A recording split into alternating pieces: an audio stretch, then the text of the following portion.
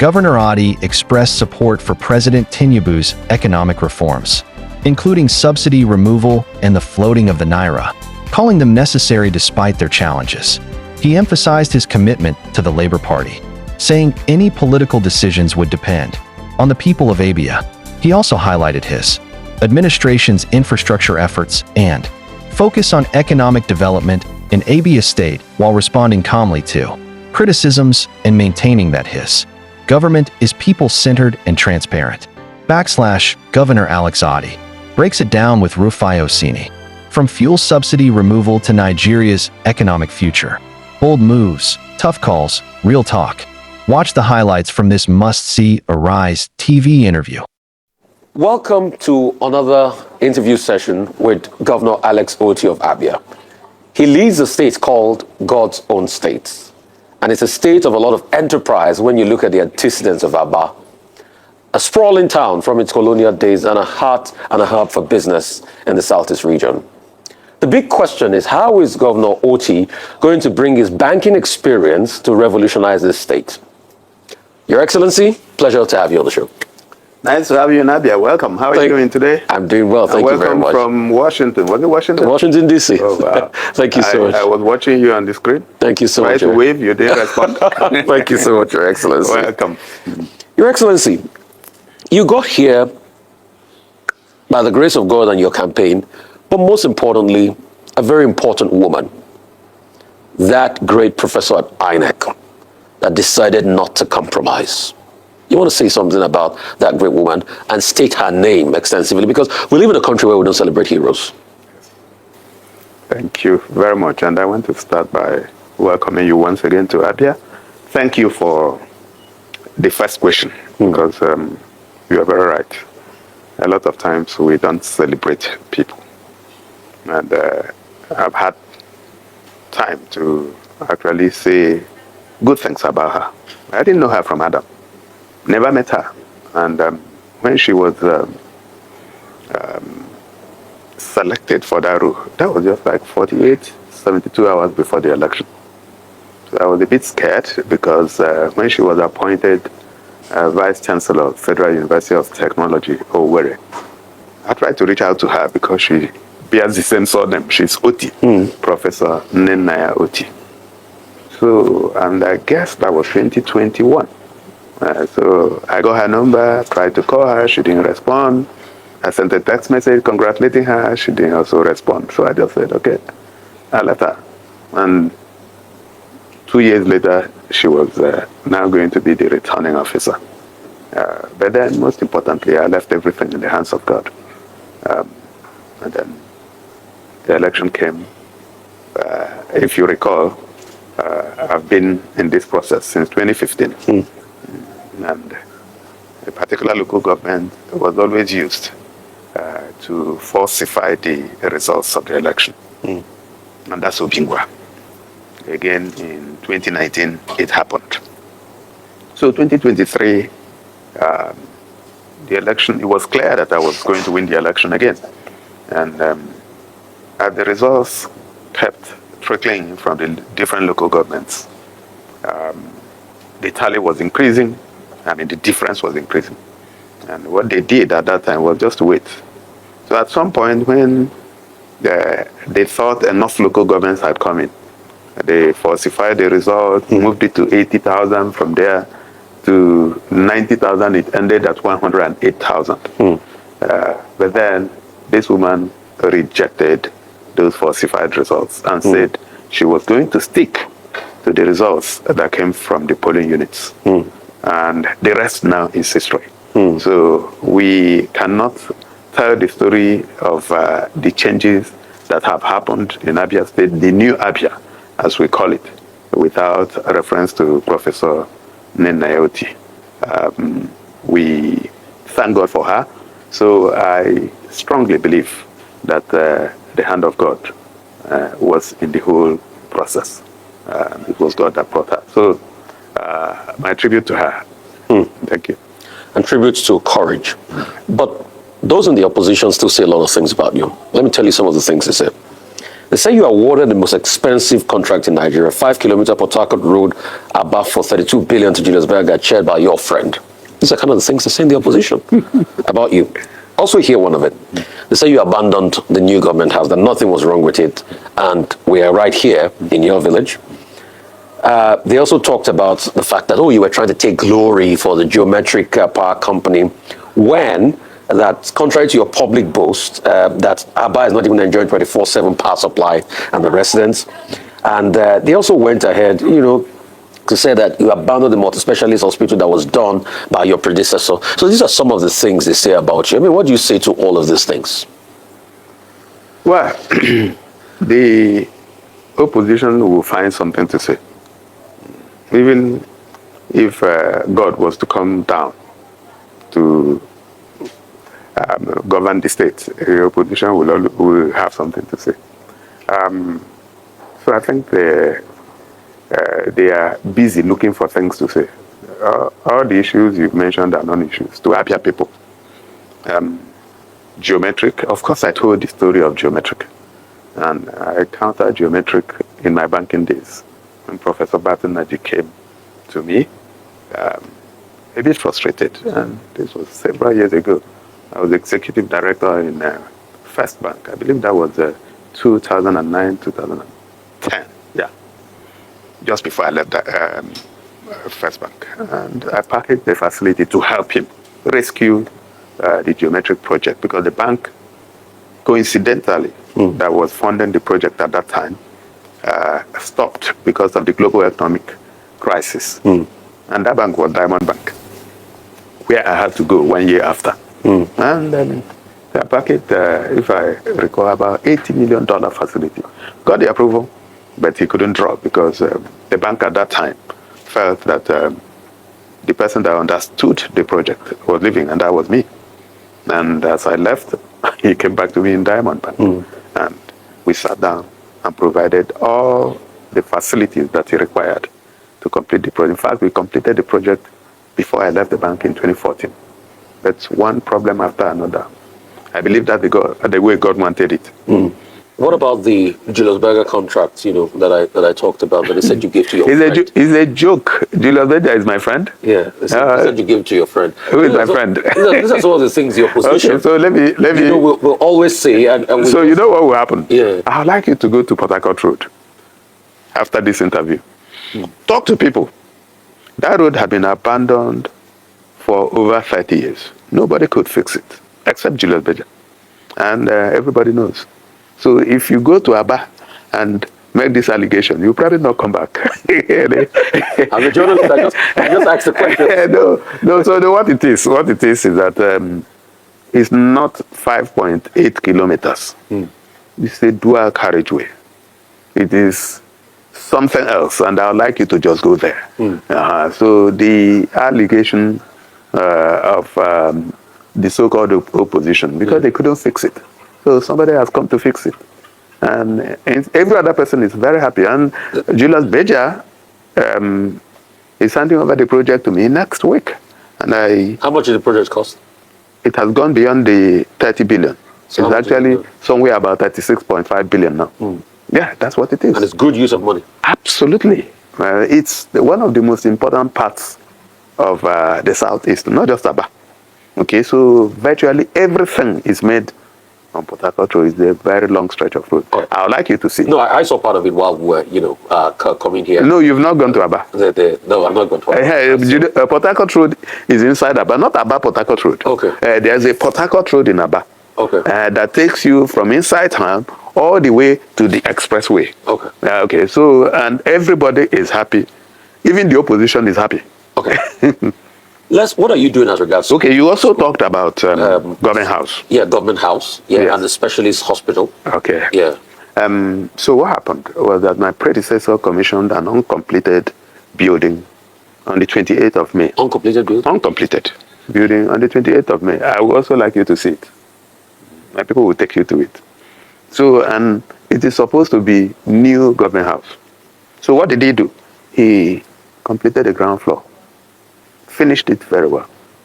Put Italian furniture. I don't like to talk about it, but since you asked, yes. Put Italian furniture in the place, painted it, and commissioned it. Okay, so the bedroom. So after the inauguration, I went there. When I looked at the ground floor, I was very happy. But as I went to the first and second floor, they were not even plastered. No sanitary fittings, nothing. So that's fraud. Really? Yeah. And I've not put one dime. No, are you going to probe your predecessor for that? You have only 4 years. And when you get into some of these distractive things, you lose focus. I have too much work to do. Probing him is, of course, we called in KPMG at some point, and I'm sure you must have seen that, where they looked at one of the accounts, and they found that some 10 billion naira was drawn for a non-existent airport.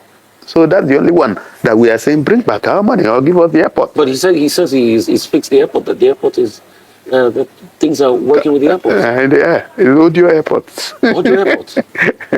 We've just flagged off the construction of the Abia airport. But probing is a waste of my time. But the question a lot of people ask is, if you have an airport in a way, why do you need another Abia airport? That's always the argument. Does it make financial? It's a good argument. Does it make financial? It's a good argument. But the truth about it is that when you go elsewhere, you'll find that in a place like Texas, how many airports do you have? But they have even in Houston alone. I mean, I was in Texas. I was in Texas. Yes. I was in Dallas in in January. You have the Dallas Fort Worth Airport, which is about the second, third biggest airport in America. Then you have other airports around. Yes, you have Houston, Hobby. You have Intercontinental. You have the economic activity to carry it. Yeah. I just came in from DC. There was Dulles. There was Ronald Reagan. There was Baltimore. We are thinking for the future. But let me tell you. Let me tell you something. You don't have the funds. No, let me tell you. The airport. You still have to borrow. Why you building it? The airport is not mine. It's a federal government project. Okay. Okay. Who's funding the federal government? Federal government. Okay, so let me explain how it happened. Yeah. So the federal government came up to say it wanted to build a few airports, I think 4 or 5. And Abia was one of them. Okay? And it was not going to be an airport, it was an airstrip that they planned. So and I went and met the president. And I said, Mr. President, the difference between an airport and an airstrip is the wrong way. So if you are going to do an airstrip in Abia, can I partner with you and make it a full-fledged airport? And he said, oh, that has no problem with that. I should go and meet the Honorable Minister for Aviation, Festus Keyamo. And I went and met him, and he didn't have a problem with that. So, and we sat down. You bring your own money. We bring our counterpart for them. How much are you putting into it? I'm not sure yet. But our contribution is now the wrong way. How much is the federal government putting into this? Not sure yet, too. That's the work is still going on. So it's still in the ideation stage of the project? No, we have flagged off, but then a lot of work is still going on. But the money you put into it, why is it going to come from? You have to borrow. Because the state does not have this, you just sit down. I know you are in the private sector. Yeah, not just in the private sector. Yeah, you don't have to risk capital. You are going into my territory. Just leave that area for me. It's my trade secret, money. I know. Yeah. You raise money. Yeah. So safe to call you Ezego in banking. You think of raising money banking. Yeah. But it's going to put back a deadline on the states. Don't worry about and that. That's what we're scared of because most states are Rufai, let me tell you something. I just saw the numbers from DMO that in 2023, they said we inherited a debt profile of 138 billion.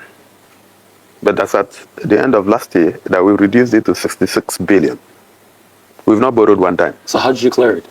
How did you not borrow? Trade secrets. Tell us about it. No, you have to consult me and pay me some money for me to tell you. Should I turn off the camera? No, you pay me first. Okay, so... But the thing about money, let me tell you. The opposition keeps saying, you are borrowing. That it's a... Let them come with the facts now. Borrowing. Who did I borrow from them? If I borrowed from a bank, it will be clear. DMO will tell you. But I will. Okay, so let me also... figures of the airport. Let me also go back. Yes.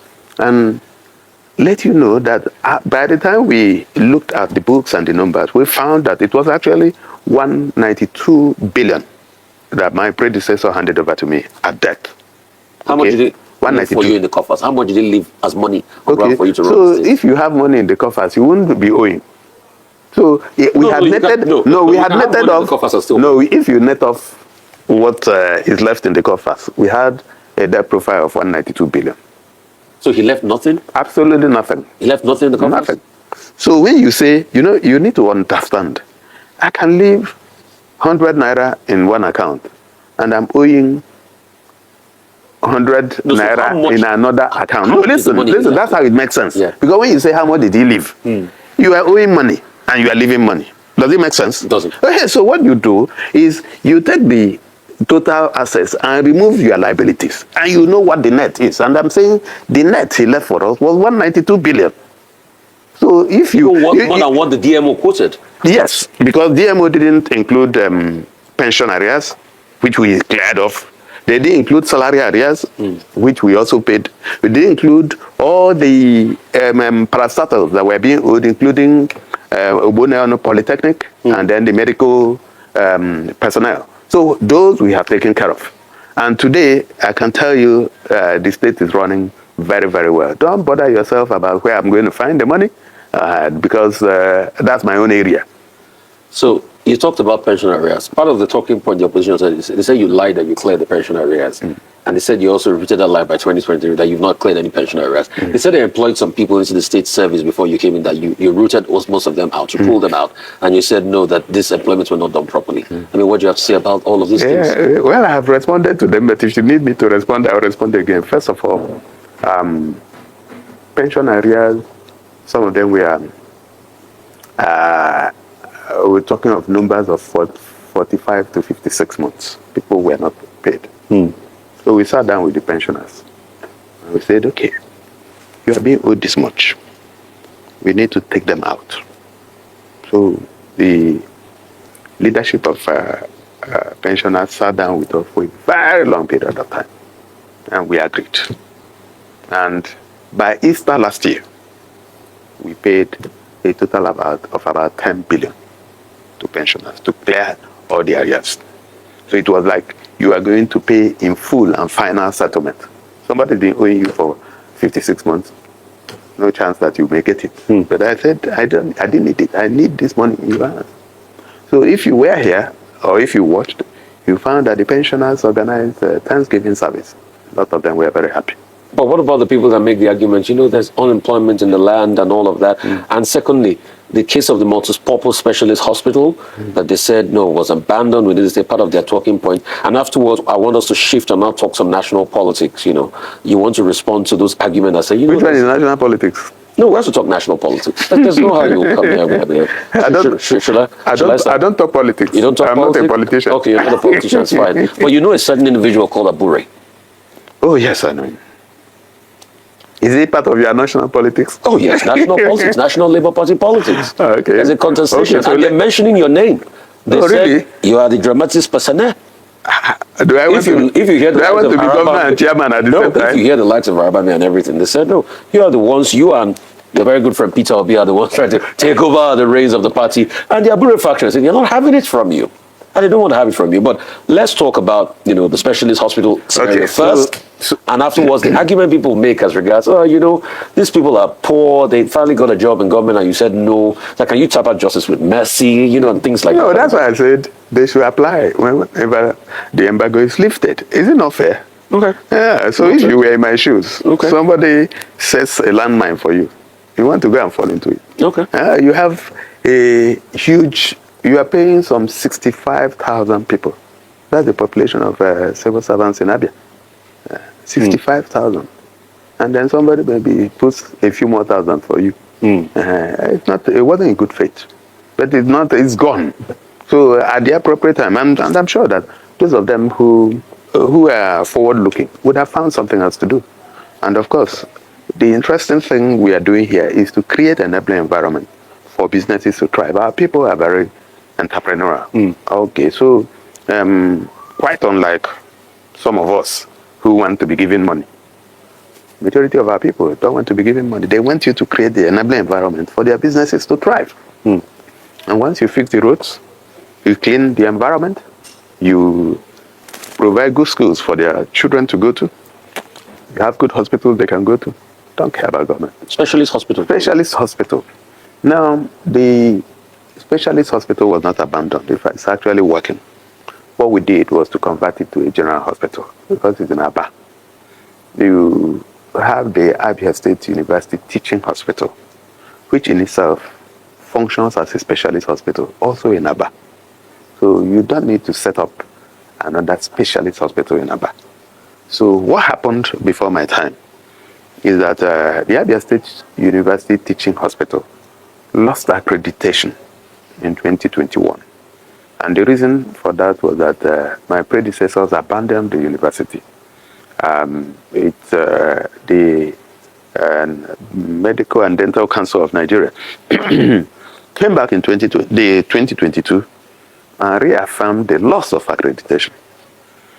So when we came up in 2023, I gave my people 6 months to fix that teaching hospital, get the necessary personnel, and ensure that the accreditation was restored. To the glory of God, in December 2023, in fact, it was dramatic when the registrar of the Medical and Dental Council of Nigeria came here. He said by the time he got to the teaching hospital, he was almost missing his way. And he thought the driver was taking him somewhere else. And so the accreditation was restored in 2023.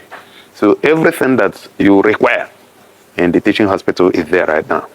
So we felt that instead of maintaining, because that hospital was Aba General Hospital that was converted to Specialist hospital. the specialist hospital. We thought it was not necessary.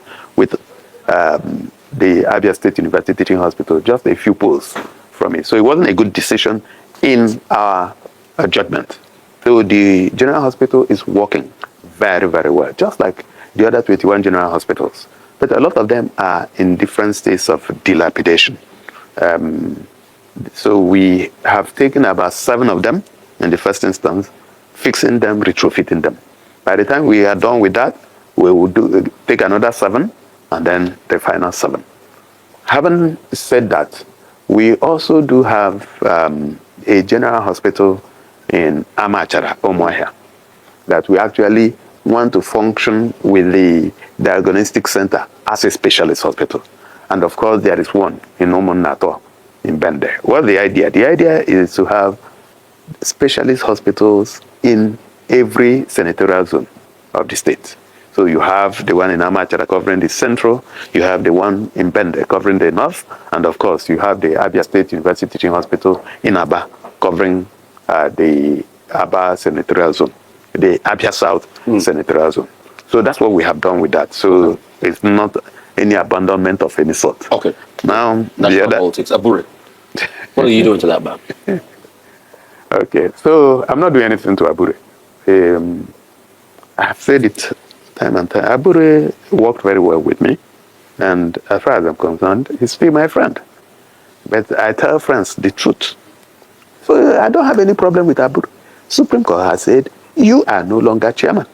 And the man says he's still the chairman. But something must be wrong. So, but this conundrum, a lot of people have said, can lead to the destruction of your party. Some people argue that your party is gone. With all of this, are you planning on decamping at some point? Because as Delta just left, other governors are leaving. Governor Fubara, suspended Governor Fubara, went to have a meeting with President Tinubu, and it looks like your party is on shaky ground. And like Senator Ifeanyi Okowa, former governor of Delta, did say today, said they want to be close to the center. Your state is one leg in the center.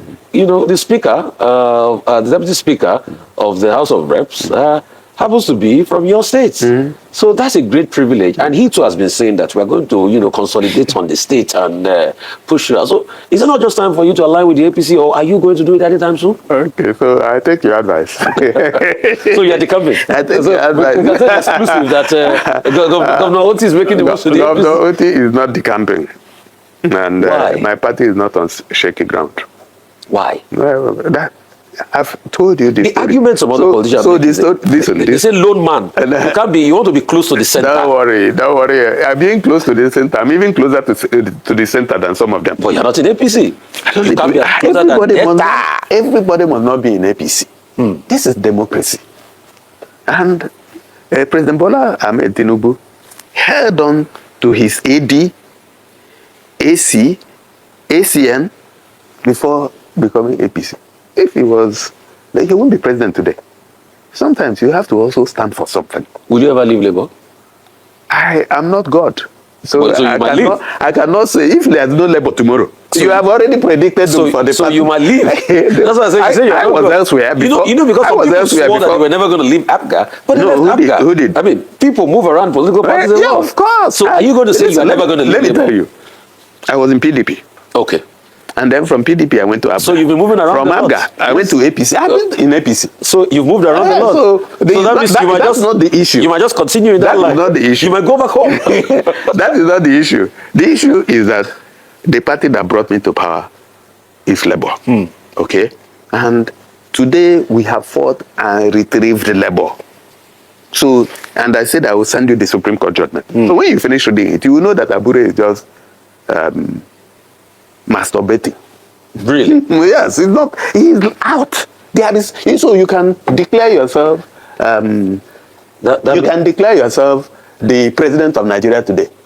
You can. Does that mean Rufai is now the president? No, but that means his masturbations are of epic proportion because his masturbations are causing gyrations in the Labour Party as we speak.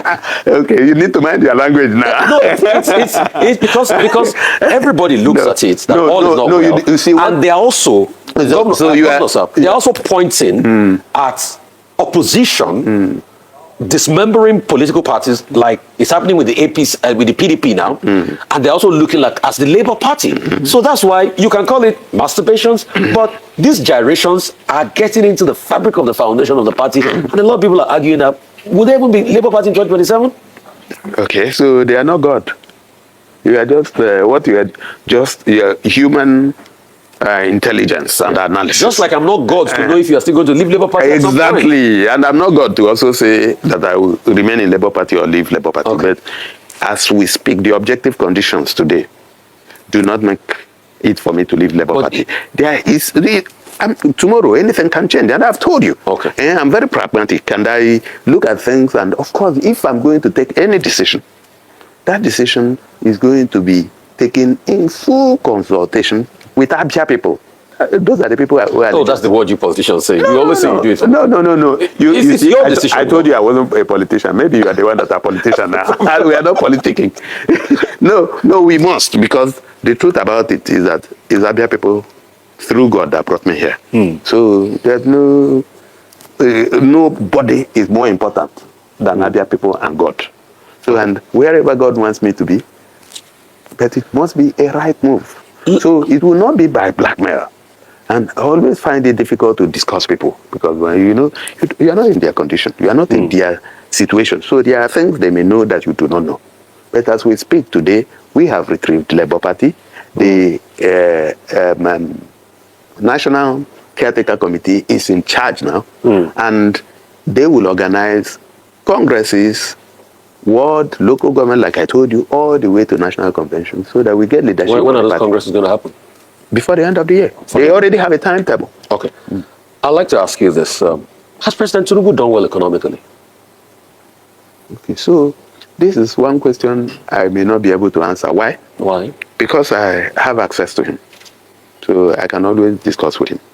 So it would be unfair for me to come in front of the cameras and be assessing him. And today is just 23 months into the administration. It's still early days. Did you call President Tinubu and told him it was unfair when he declared a state of emergency in Rivers? No, I don't. You are also going to an area that I said I will not discuss. And that area is, I won't discuss. But it's not fair. I won't discuss. Okay. Listen so that you hear me. I won't discuss people. I won't discuss other states. I won't discuss the federal government. Do you also share that private opinion when you see an uptick in inflation despite, I was just at the IMF spring meetings and the numbers were not good. An uptick in inflation despite rebasing. Despite what? The fact that we rebased the inflation calculation parameters. Yes. And there's an uptick again, 24%. The numbers are gloomy. They're saying over a couple of years, inflation might go up 37%. And you guys sit in the economic meeting with the president. Do you ever get to tell him and say, Mr. President, we're sinking, we're going under? Did you start sinking today? Did you start sinking today? So you have been sinking. So it's not and living in denial. So it's not what telling him? No. I mean, when we go for meetings. Oh, living in the Naira. So you support the subsidy removal, right? Of course. You support the flotation of the Naira? Subsidy removal was long overdue. And what was happening? What was happening is that big men like you and I, we are the ones. Your Excellency, I'm not a big man. You're a big man. You live in VI. For you to live in VI, you're a big man. So, in fact, I'm even afraid of you. When I heard that you live in VI, I said, in Lagos, I used to stay in Lekki. I couldn't afford VI. At least you know. I don't want to. Well, we have to find out whether you own, even being a tenant, to have mind to be a tenant in VI, that means that you are such a big man. I'm a tenant. No, but the point is this. Yes. There are a lot of things that we should have done. My interventions in this day. I'd written extensively about this subsidy. So it was a scam. We just needed to do something. Also floating the Naira? Sorry? Also floating the Naira too? Floating the Naira, I had also written about it. But you see, I think what happened was that the two things happened about the same time. Which was not a good one. But then, over time, I believe that if we keep at it, the economy would rebound. Oh, now, are you surprised that inflation at 24%? What's the interest rate? Well, it's super high. Going up to 30. No, it goes with interest rate. So if it keeps chasing you, no matter how much you rebase. So that's what it is. But it's not cheap on people. The fact that the Naira is not worth anything. Very unfortunate. And you feel that in your state. Do you tell that to No, it's very unfortunate. But some of the sacrifices must be made. If you don't make them today, you make them tomorrow, or the economy will go up in flames. But Mr. Governor, saying it's very unfortunate does not put food on the table of a hungry person. And people will die of hunger. And people are dying. And saying it is fortunate will also not put food on the table. So you need to do something about it. We're just talking. We need to do something about it. So what are you doing? So one of the things that we are doing is to ensure that we create an environment where productivity will happen. Part of the problem with the exchange rate is because we are not producing much. It's because we are not exporting anything other than oil. It's because we are importing everything from the profane to the profound. We import toothpicks. We import bottled water. Should we be doing that? So that puts a lot of pressure on the foreign exchange market. And until we reverse that, until we produce, do you know how much we spend importing food? Palm oil that Malaysians took from here in Umuahia. We are now buying from them. So these are things that need to be done. So what are you doing as regards agriculture? If they took the palm oil out from Umuahia, and you are saying Malaysians are bringing it back, I thought you would have jumped-started the palm oil. Of course, we are doing that. So how many tonnage are you producing now? No, it's still early days. Early days? It's still early days. But people are hungry. Oh yeah, you have to. I say, so if you're asking how many tonnage, it's early days because we just came. Okay. You know, we have a multinational company that is partnering with us to remove the old trees and replant them. In rubber, in cocoa, we are in rice. In fact, today we are producing rice in Owerenta. So, but it's still early days. So it's not time to blow the trumpet because we still need quite a lot of time. Governor, make me understand this. Your IGR in a month and your federal allocation in a month is how much? Small amount. But you're doing so many things. You want to build an airport counterpart funding. You're producing this, you're producing that, you're clearing the debt. I mean, how are you doing it? You said it's a trade secret earlier on, but people would like to know this trade secret. Maybe other governors can, can use it. Because No, okay, so the first thing is prudence. Prudence. Okay, so one of the easiest things for me to do would have been to start building a new government house. It's not like it's very comfortable. But I know that if I use the money to put into dealing with maybe the road in Umuahia, I will empower a whole lot of people who ordinarily didn't have access. So you have prudence, then you have economies of scale. What is most important? You need to sit down. As a student of economics, I have my priorities listed. So, and I know that if the man in Ariara market cannot get to the market, he cannot add to my GDP. So, he cannot add to my internally generated revenue. I know that if the woman in Bende cannot access her farm, then she's not going to be useful not to her family or to the government. I know that if I am sick and I cannot get attention from the primary health care center, then I will be useless to the economy. And that's why when we came, we looked at the 948 primary health care centers in Abia. We went around. All of them were in a mess. And we said, okay, we'll put some 8-9 billion in the budget for renovating 200 primary health care centers in 100 days. That is happening now. By next month, it will be 100 days, and 200 primary health centers will be delivered. We will take another 200 after this one until we get the 948. We looked at the schools. We found that a lot of our children no longer want to go to school. You see them early in the morning hawking banana and granite, kara and all that. So I was embarrassed because I grew up here. And my parents were not rich, but I went to school. And I knew that if these children would not go to school, then they wouldn't have the opportunity that I had. And I said, okay, I wasn't even too sure what the problem was. Whether it was the school fees or they just didn't want to, they wanted to make money.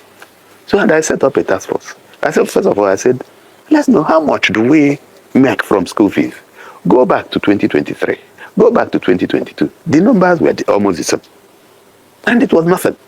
I said, if I take away the school fees, would it be an incentive for these children to go back to school?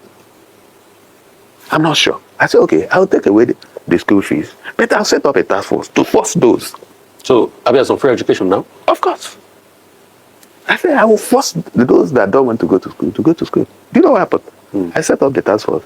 And I made an announcement. I said, anybody that will see of school age that was not in school, we are going to arrest him. Not because we wanted to keep him. We want the parents to come so that we can exchange them with their parents. We've not got one person. In fact, the task force that we set up is now going around to ensure compliance, that there is no school where school fees are charged and that teachers are teaching. So I looked at the explosion when the announcement was made in terms of enrollment was so much. And we found that we didn't have teachers. And what did we do? We now said, okay, you know what? There are a lot of people. We are talking of civil servants and other. I said, a lot of people don't have jobs. If you are qualified, we opened up a portal. Please apply. We went to hire 5,000 teachers. And in 1 week, we got 17,000 applications. The second week, it climbed to 30-something thousand. And we shut the portal. We now tested them, and today, 4,600 have been hired. We want to take another 4,000 so that we can fit them into those schools. We are renovating all the schools. Okay? So that's what it is. It's not rocket science. So it's just about being prudent, being deliberate, having a plan. What do you want to do? And keeping to it. Of course, there's another part of it that's very, very important. The people that you are working with.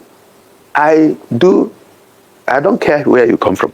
I'm sure you may have heard that my head of service is from Edo State. I sit down and interview them. And when I interviewed them, and I found he was number one. I got the head of service.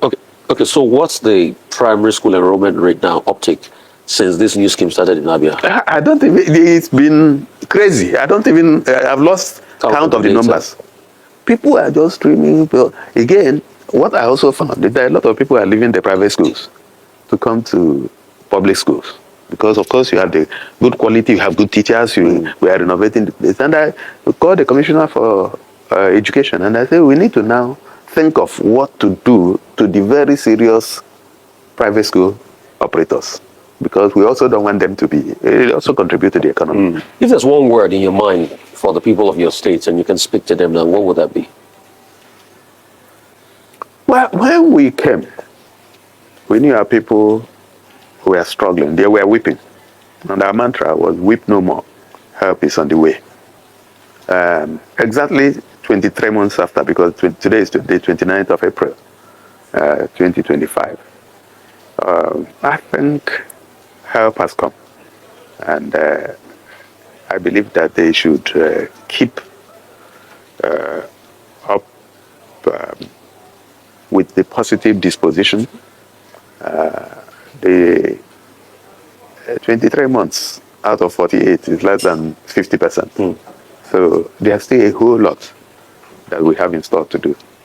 And by the grace of God, we are going to deliver on every promise we made them. The state is in the right hands.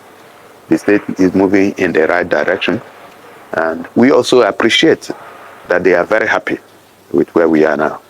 So they should remain focused. No one should listen to stories because you can feel it yourself. So, and I also like to thank you for finding time to be with us in Abia here. And we hope you will come again and again and again. Thank you.